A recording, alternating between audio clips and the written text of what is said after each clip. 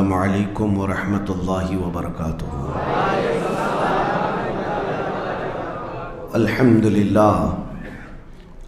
للہ الحنان المنان الذي خلق الانسان وعلمه البيان، والصلاة والسلام على رسوله سید الانس والجان وعلى آلہ واصحابہ ذوی الخیر والاحسان، اما بعد فاعوذ باللہ من الشیطان الرجیم، بسم اللہ الرحمن الرحیم۔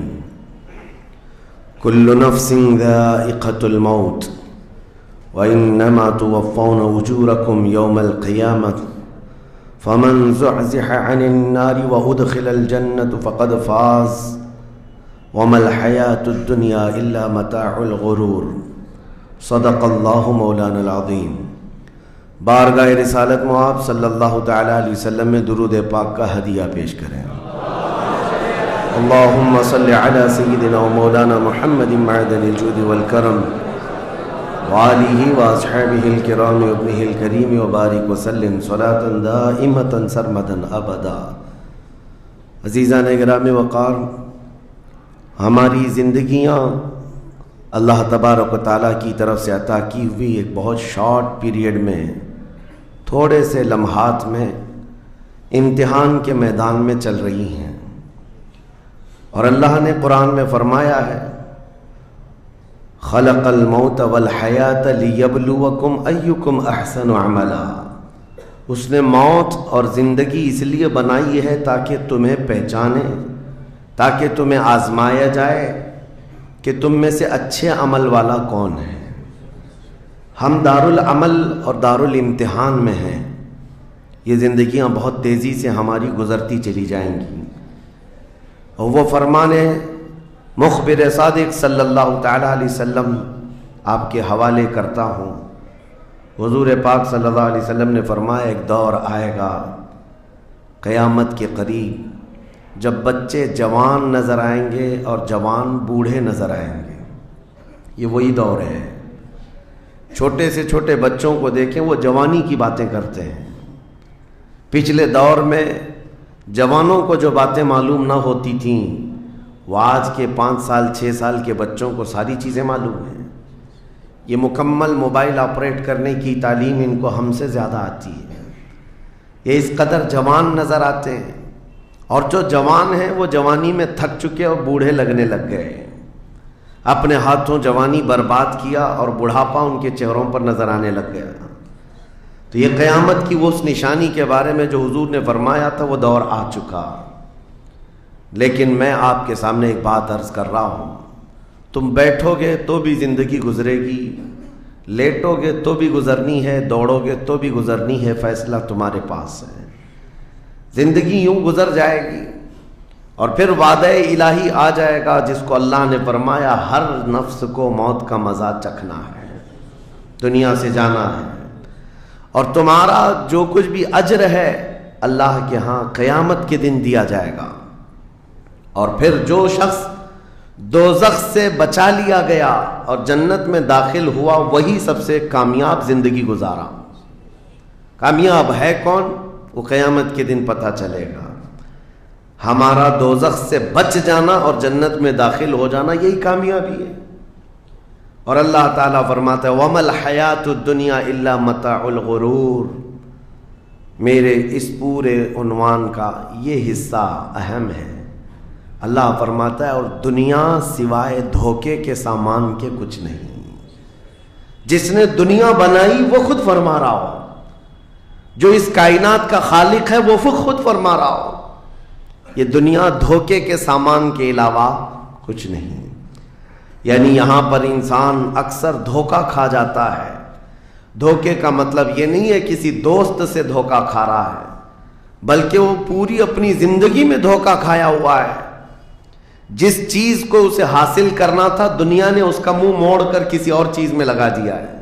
یہ دھوکہ نہیں ہے تو اور کیا ہے؟ میں آپ کو ایک بات بتا دوں، آپ گھر سے نکلے تھے، سامان سب باندھ کر کے دلی جا رہے تھے، اسٹیشن پر کسی نے پکڑ لیا اور کہا آؤ چلو میں تمہیں ٹرین میں بٹھا دیتا ہوں، اور اس نے تمہیں دلی کی ٹرین کی بجائے تمہیں مدراس کی چنئی کی ٹرین میں بٹھا دیا۔ بیٹھ گئے تم. مجھے یہ بتاؤ یہ دھوکہ ہوا کہ نہیں ہوا تمہارے ساتھ؟ بہت بڑا دھوکہ ہوا کہ منزل تمہاری کہیں اور تھی، تم کہیں اور چل پڑے. دیکھنے کو ٹرین سیم دکھ رہی تھی، تم نے اس کی بات کا یقین کیا اور بیٹھ گئے، اور جب پہنچے تو پتا چلا نہیں میں تو دلی پہنچا ہی نہیں، میں چنئی آ گیا. زندگیاں اسی طرح سے گزر رہی ہیں. تم جس راستے پر چل رہے تھے اصل تمہاری منزل مدینہ طیبہ ہے، تمہارا سفر حضور پاک کے قدموں تک پہنچنا ہے، لیکن ایرا غیرہ آتا ہے اور تمہیں کسی دوسرے ٹریک پر ڈالتا ہے اور تم چل پڑتے ہو اس کی بات پر. اسی لیے قرآن نے کہا یہ دھوکے کے علاوہ کچھ نہیں ملتا یہاں پر. دنیا اور دنیا داروں پر تم کبھی بھروسہ نہ کرنا، تم اپنی منزل پر ہمیشہ توجہ رکھنا. تمہاری منزل یہ نہیں ہے. اسی لیے شاعر نے کہا تھا غلط روی سے منازل کا بعد بڑھتا ہے، مسافروں روش کارواں بدل ڈالو. تم ٹیڑے میڑے چلتے رہو گے تو منزل لمبی ہو جائے گی، فاصلہ دور ہو جائے گا. اس لیے چلنے کا طریقہ بدل ڈالو، تمہارا سفر آسان بھی ہو جائے گا اور منزل جلدی پہنچ جاؤ گے. اب جو بات مجھے کہنی تھی وہ یہ ہے، زندگی جب اتنی شارٹ ہے اور آزمائش کے لیے تمہیں یہاں بھیجا گیا ہے تو مجھے ان نوجوانوں کو دیکھ کر کے کبھی درد ہوتا ہے جو رات بھر نکڑ پر بیٹھ کر کے اپنے وقت کو ضائع کر رہے ہوتے ہیں، جن کی زندگیاں انہوں نے اپنی جوانیاں اپنے ہاتھوں سے برباد کر رکھی ہیں. تمہیں پتہ ہے ایک رات جو ہماری زندگی میں آئی، آج کا دن تم کروڑوں دولتیں لگا دو یہ دن دوبارہ کبھی نہیں آئے گا. تمہاری زندگی میں کیا قیامت تک واپس نہیں آنا ہے اس دن کو. دنیا چل پڑی ہے پیچھے کی طرف کبھی نہیں آئے گی. اللہ کا قانون ہے یہ جو وقت گزر رہا ہے ہمارا دوبارہ ہماری زندگی میں کبھی نہیں آنا ہے. لیکن کتنے مزے سے، کتنے ٹھاٹ باٹ سے نوجوان، ہاتھ میں کچھ نہیں، آس پاس کچھ نہیں، عمل بھی کچھ نہیں، ایسے بے فکرے ہو کر کے زندگی گزارتے ہیں. تو سوچنا پڑتا ہے جس امت کو پوری دنیا آگ میں جھلسا چکی ہو، پوری دنیا اس امت کو اپنے نشانے پر رکھی ہو، اس امت کا غیور نوجوان رات بھر گیم کھیلتے ہوئے گزارتا ہے، اسے کسی چیز کا احساس نہیں.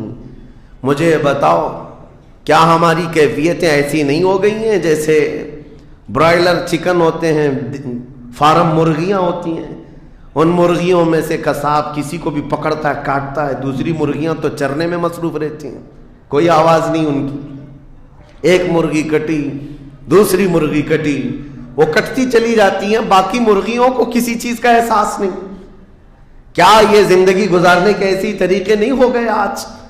ہمیں روز اٹھنے کے بعد ایک نیوز پہنچائی جاتی ہے کہ تمہیں کاٹا گیا، تمہیں مارا گیا. نہ جانے ہم کتنی مسجدوں کے مینار گرتے ہوئے دیکھ رہے ہیں، کتنے اولیاء کاملین کے مزارات کو جلا کر خاک کرتے ہوئے دکھائے جا رہے ہیں. اور ہمارے امت کے ساتھ ہی نہیں، بانی اسلام کی عزت کے ساتھ مذاق یہ روزانہ نہیں چل رہا ہے. یہ تمام حالات کے بعد اب مجھے فکر اس بات کی ہوتی ہے میاں جب ہمارے گھر میں جنازہ رکھا ہوتا ہے تو ہم کھانا تک نہیں بناتے چولہے پر گھر کے اندر، اور جب امت پر ایسے حالات گزر رہے ہوں تو کیا اس نوجوان کو یہ زیب دیتا ہے کہ وہ عیاشی میں رات گزارے؟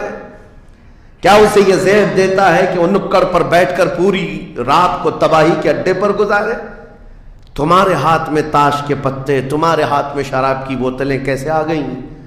یہ امت وہ ہے، تمہیں میں بتاؤں جنگ تبوک ایک جنگ ایسی ہے حضور پاک صلی اللہ تعالیٰ علیہ وسلم کی زندگی پاک میں 900 کلومیٹر کا فاصلہ ہے مدینہ طیبہ سے.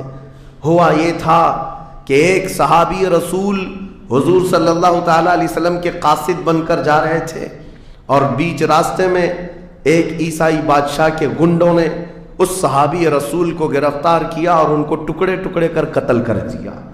پاپ لنچنگ اس زمانے میں بھی ہو رہی ہوتی. یہ خبر جیسے ہی مدینہ طیبہ پہنچی، وہ لوگ ایسے نہیں تھے کہ انا للہ پڑھ کر خاموش ہو جاتے. صحابہ کرام کا جم غفیر مدینے میں جمع ہوا.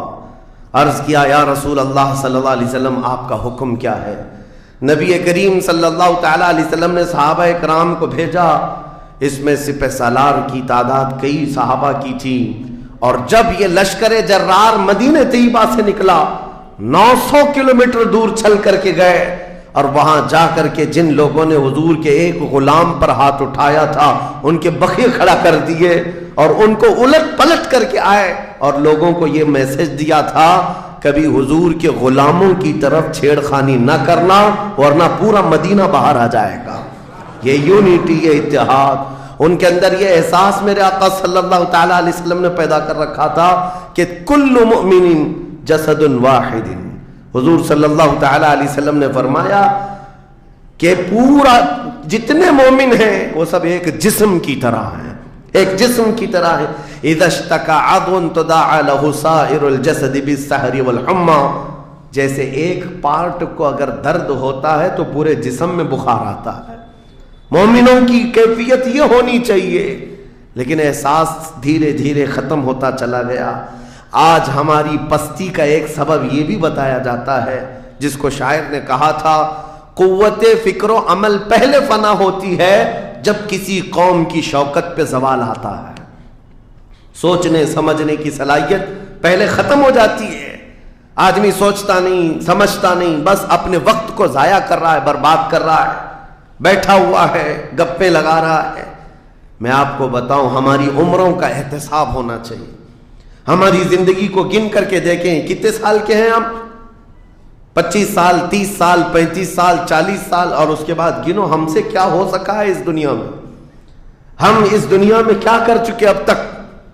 ہم سے کچھ نہیں ہوا. اگر تاریخ میں آپ کو بتاؤں میرے عزیزو، آپ کو پتہ ہے اس ہندوستان کی سرزمین پر سب سے پہلے لشکر اسلام کی سپہ سالاری کرتے ہوئے آنے والا ایک نوجوان محمد بن قاسم 10,000 کا لشکر لے کر عرب سے آیا تھا اور پرچم اسلام لہرایا تھا. تاریخ میں آج بھی رقم ہے. اپنے پنڈتوں نے بھی اس تاریخ کو لکھا ہے. ہاں، پنڈتوں نے بھی لکھا ہے. اور یہ محمد بن قاسم 10,000 کی سپہ سالاری کے ساتھ ہندوستان میں آ کر اسلام پھیلایا. عمر کیا تھی؟ صرف 19 سال کی عمر تھی. 19 سال کی عمر میں یہ عظیم کارنامہ انجام دینے والا، انہوں نے اپنی عمر کا صحیح استعمال کیا، اپنی ایج کو برباد نہیں کیا، ضائع نہیں کیا. طارق بن زیاد، جس کا یورپ بھی قائل ہے، جبل الطارق آج بھی ایک مقام ہے یورپ میں جس کو جبرالٹر کہا جاتا ہے. یہ حضرت طارق بن زیاد کے نام سے ہے. یہ پہلا سپہ سالار ہے جس نے پوری دنیا کے سامنے وہ عزم پیش کیا تھا. یورپ کی سرزمین پر جب کشتیاں لے کر پہنچے تھے یہ مومنین کی تعداد، وہ طارق بن زیاد ہی ہے جس نے پوری کشتیوں کو آگ لگا دیا تھا. کہا تھا کہ ہم پیچھے مڑ کر جانے والوں میں سے نہیں ہیں. جتنے ساتھ آئے تھے سمندر پار کر کے، کشتیوں کا سفر تھا، کشتیاں لکڑی کی بنی ہوئی، آگ لگا دیا اور کہا اب اس عزم کے ساتھ اترو، یا تو ہماری قبر بنے گی یا تو ہمارا جھنڈا لہرائے گا. میرے عزیزو، عمر 22 سال کی تھی. طارق بن زیاد، اور ایک دو نہیں، میں تمہارے سامنے مثالیں رکھوں. ہندوستان کی سرزمین پر ایک ولی کامل کی آپ کو میں تاریخ اگر بتاؤں، جو سرکار سیدنا غریب نواز رضی اللہ تعالیٰ عنہ سے بھی 200 سال پہلے اس ہندوستان کی سرزمین پر تشریف لائے اور اسلام کی خاطر لڑتے لڑتے شہید بھی ہو گئے، اور جن کا لقب سلطان الاولیاء ہے، سیدنا سالار مسعود غازی رحمۃ اللہ علیہ. ان کے متعلق یہ فرمایا گیا وہ سلطان الاولیاء ہے ہندوستان کے، اولیاء اکرام کے بادشاہ کی حیثیت ہے. سرکار غریب نواز سے بھی پہلے آئے، لیکن ان کی عمر ان کی شہادت کے وقت 19 سال کی تھی. صرف 19 سال کی عمر میں وہ مقام عظیم پا لیا.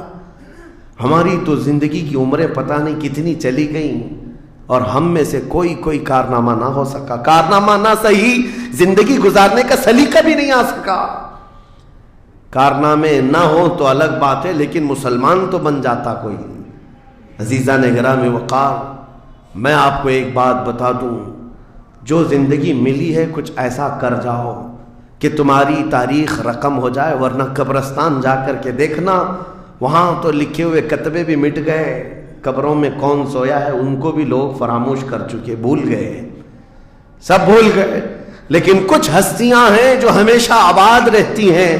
یہ وہ لوگ ہیں جنہوں نے اس روئے زمین پر اپنی ذات کے لیے نہیں، اللہ کی رضا کے لیے جیا کرتے تھے، اللہ کی رضا کے لیے جیا کرتے۔ آج میں یہ بات کہنا چاہتا ہوں نوجوانوں سے، تمہیں پتہ ہے ممبئی کی سرزمین پر لاکھوں نوجوانوں کی تعداد ہے، میں جانتا ہوں، لیکن ان میں سے کوئی انقلابی نوجوان ہو، کوئی دین کی طرف بڑھنے والا، حساس دل رکھنے والا کیوں نہیں؟ خاص طور پر آپ کے ان علاقوں میں تو نشہ اتنا عام کر دیا گیا ہے، ہم دور دراز علاقوں سے سنتے ہیں کہ مسلمانوں کی میجورٹی والے علاقے، یہاں نشہ بکتا بھی ہے، کرتے بھی ہیں، رات بھر اسی میں پڑے رہتے ہیں۔ کس نے اس دنیا میں تمہیں ملوث کیا ہے؟ یہ وہ قوم ہے جو قیصر و کسریٰ کو گھٹنے پر لے آئی تھی، یہ وہ قوم ہے جس نے دریائے دجلہ میں گھوڑے دوڑا دیے تھے، یہ وہ قوم ہے جس نے افریقہ کی جنگلوں میں بھی اذانیں دی تھی، یہ وہ قوم ہے جس نے یورپ کے کلیساؤں میں کلمہ توحید کو بلند کیا تھا۔ لیکن آج اسی قوم کی حال یہ ہے کہ دنیا ہر گھڑی ہمارے اعمال کو نشانہ بنا کر کے ہمیں ڈیگریڈ کرتی جا رہی ہے۔ سمجھ جاؤ میرے عزیزو، کب تک اس زندگی کا اس طرح سے چلے گا؟ کیونکہ میرے آقا صلی اللہ تعالیٰ علیہ وسلم کو آج آپ کے سامنے میں یہ بات رکھتا ہوں، حضور اکرم صلی اللہ تعالیٰ علیہ وسلم کو آپ کیا سمجھتے ہیں؟ اپنی قبر انور میں وہ زندہ ہیں؟ ہم تو سنی ہیں۔ حضور اکرم صلی اللہ تعالیٰ علیہ وسلم اپنی قبر پاک میں زندہ ہیں، لیکن یہ بات بھی سمجھ کے چلو، حضور نے فرمایا ہر جمعرات کو میری پوری امت کے اعمال میرے پاس پیش کیے جاتے ہیں، تم میں سے، ہم میں سے، سب کے اعمال ہر جمعرات کو حضور کے پاس فرشتے سناتے ہیں، فلاں بن فلاں نے ہفتہ بھر یہ کام کیا ہے۔ حضور فرماتے ہیں اگر برے اعمال پیش ہوتے ہیں تو مجھے غم ہوتا ہے، میں استغفار کرتا ہوں اللہ کی بارگاہ میں، اور اچھے اعمال آتے ہیں تو شکر بجا لاتا ہوں، اس کے لیے دعا کرتا ہوں۔ عزیزان گرامی وقار، کبھی پلٹ کر کے زندگی میں دیکھنا کتنے جمعرات ایسی چلی گئی ہوں گی جس میں ہمارے کون سے اعمال فرشتے لے جا کر کے سنا رہے ہوں گے۔ حضور اکرم صلی اللہ تعالیٰ علیہ وسلم کی بارگاہ میں جب ہمارے اعمال یہ کہہ کر سنائے جائیں، آقا آپ کا فلاں امتی بے خبر ہے، نہ نماز پڑھتا ہے، نہ ہی آپ پر درود پڑھتا ہے، نہ ہی وہ کبھی نیکیوں کی طرف آتا ہے، وہ تو گانوں کی دھن پر جی رہا ہے، صبح اٹھتا ہے، شام ہوتی ہے تو اس کو تو فلموں کے نغمے یاد ہیں، آپ کا کوئی قول یاد نہیں۔ بتاؤ میرے آقا صلی اللہ تعالیٰ علیہ وسلم کو فرشتے جب ہمارے متعلق یہ خبر دے رہے ہو، کیا حضور پاک صلی اللہ تعالیٰ علیہ وسلم کو اس بات کا قلق نہیں ہوتا؟ یہ وہ امت ہے جس کے لیے میں رات رات بھر کھڑے ہو کر دعا کرتا تھا، آج یہ ہم کو فراموش کی ہوئی ہے۔ زندگی گزارنے کا مقصد سمجھ جاؤ میرے عزیزوں، اسی لیے میں آپ کو کہتا ہوں کہ زندگی یہ نہیں ہے، حضور تاج الشریعہ رحمۃ اللہ علیہ نے فرمایا زندگی یہ نہیں ہے کسی کی کسی کے لیے، زندگی ہے نبی کی نبی کے لیے، نہ سمجھ مرتے ہیں زندگی کے لیے، جینا مرنا ہے سب کچھ نبی کے لیے۔ جو لوگ یہ سمجھ جائیں اس نقطے کو، انہوں نے زندگی کی مرادوں کو پا لیا ہے، وہ حصولیاب ہو چکے ہیں۔ لیکن جو اب تک بھٹکے ہوئے ہیں ان کو میں دعوت فکر دوں گا، ایک بار سوچ لو، ایک بار سوچ لو، ویسے ہی دنیا ختم ہونے والی ہے اور تمہاری موت آنے والی ہے، ایک بار سوچ لو، ایک بار سوچ لو کہ ہمارے ساتھ آخرت میں ہونا کیا ہے، قبر میں ہمارے ساتھ بیٹھنے والا کون ہے، ہمارے ساتھ تنہائی کا نگہبان کون ہے، اور محشر کے اس بھرے میدان میں ہمارا ہاتھ پکڑنے والا کون ہے۔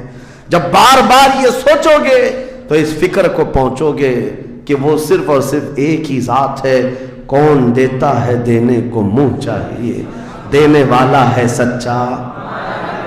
حضور پاک صلی اللہ تعالیٰ علیہ وسلم کی طرف لو لگا دو، اس کو جن لوگوں نے اپنی زندگی میں پہچان لیا وہ امام اہل سنت بن گئے، مجدد وقت بن گئے۔ اعلیٰ حضرت امام اہل سنت فاضل بریلوی رحمۃ اللہ تعالیٰ علیہ کے متعلق ایک بات میں آپ سے کہوں، وہ بڑے عالم تھے، بڑے فقیہ تھے، بڑے محدث تھے، اور بہت سارے علوم پر انہیں مہارت تامہ حاصل تھی، سب اپنی جگہ پر، لیکن یہ سارے علوم نے مل کر اعلیٰ حضرت کو اعلیٰ حضرت نہیں بنایا. ان کو اعلیٰ حضرت بنانے والی چیز حقیقت میں عشق رسول ہے.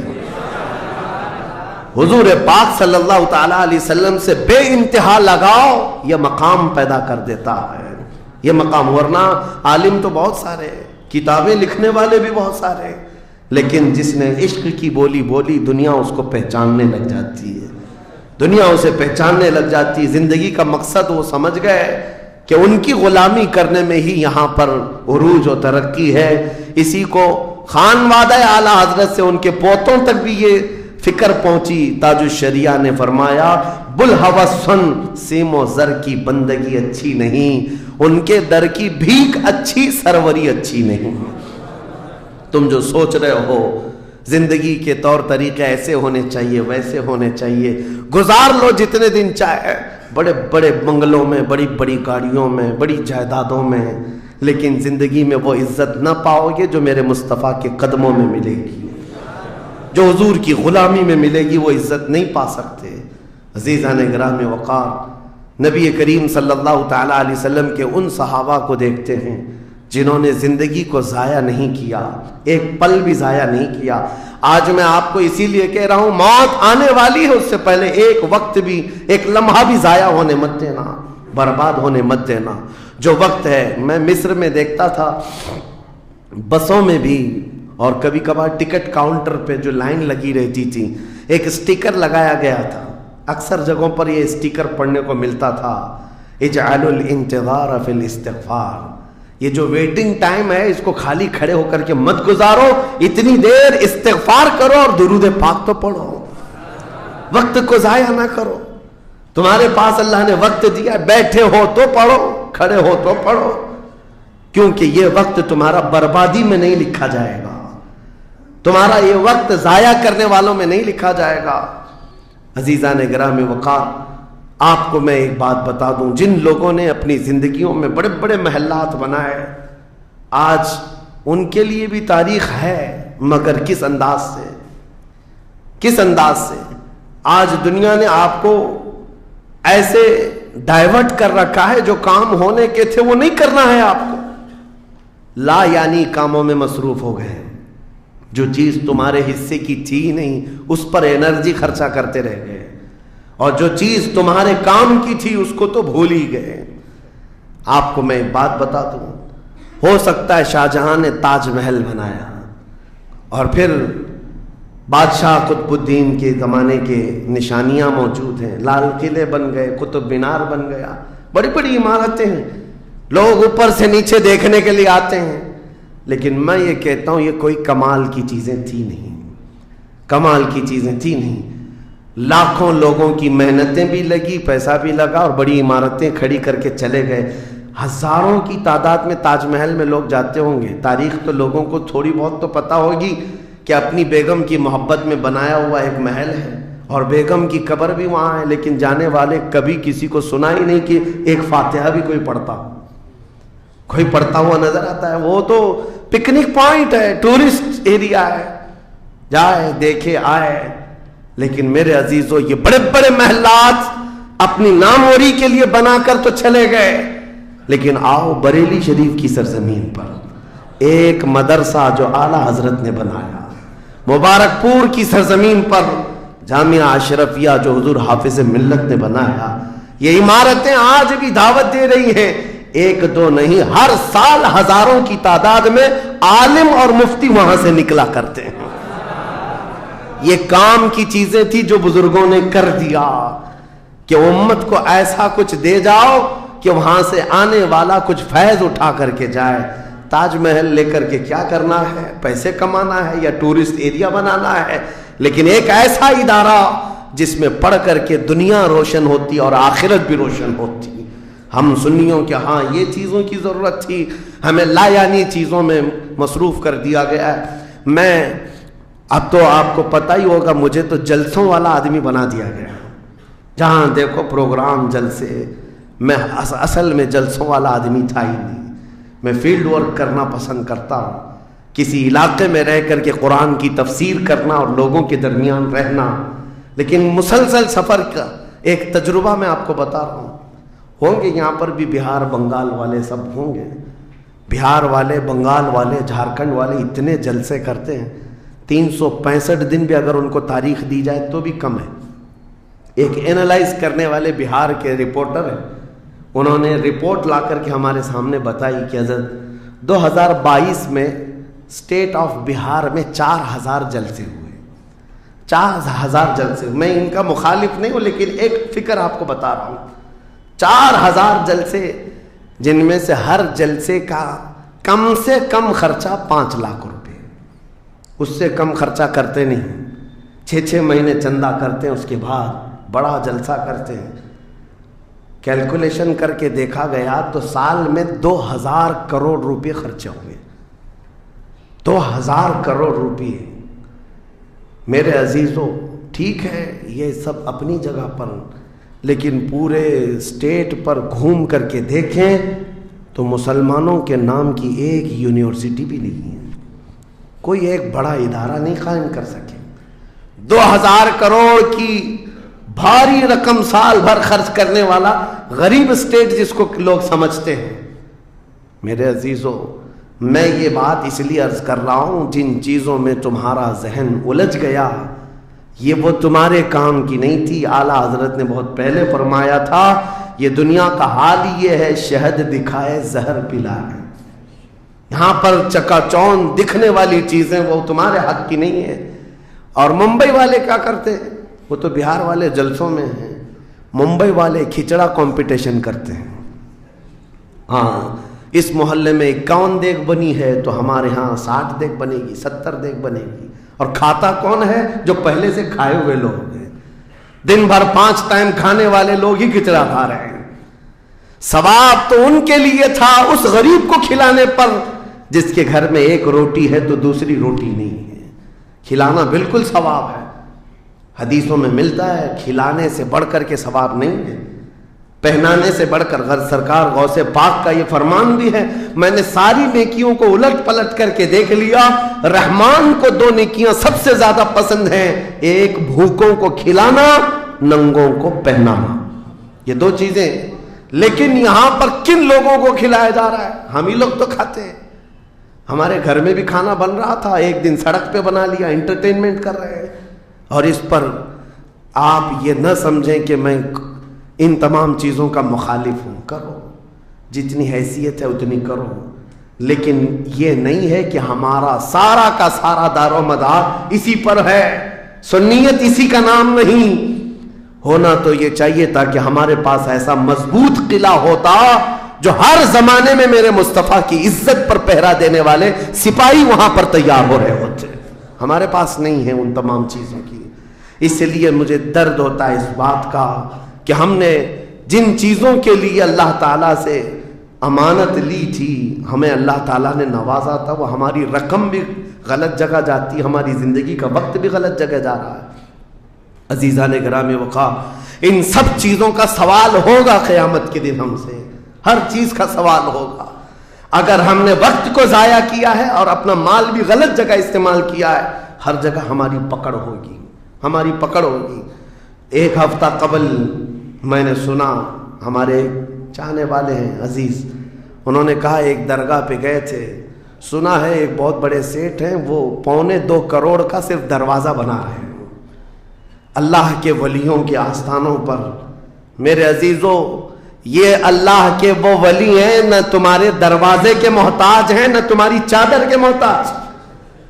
ان کے انتقال کے بعد جو ان کو اللہ نے مقامات دیے وہ تم نہیں پہنچا سکتے، وہ تو اللہ تعالیٰ کے رحمت میں ہے، جنہیں اللہ تعالیٰ جنت کے جوڑے پہنا چکا ہو، جن کے لیے جنت کی ہوائیں چل رہی ہوں۔ ان اولیاء کے مشن کو زندہ کرنا حقیقت میں ایصال ثواب، ان کے لیے سب سے بڑی نظر و نیاز یہی ہے۔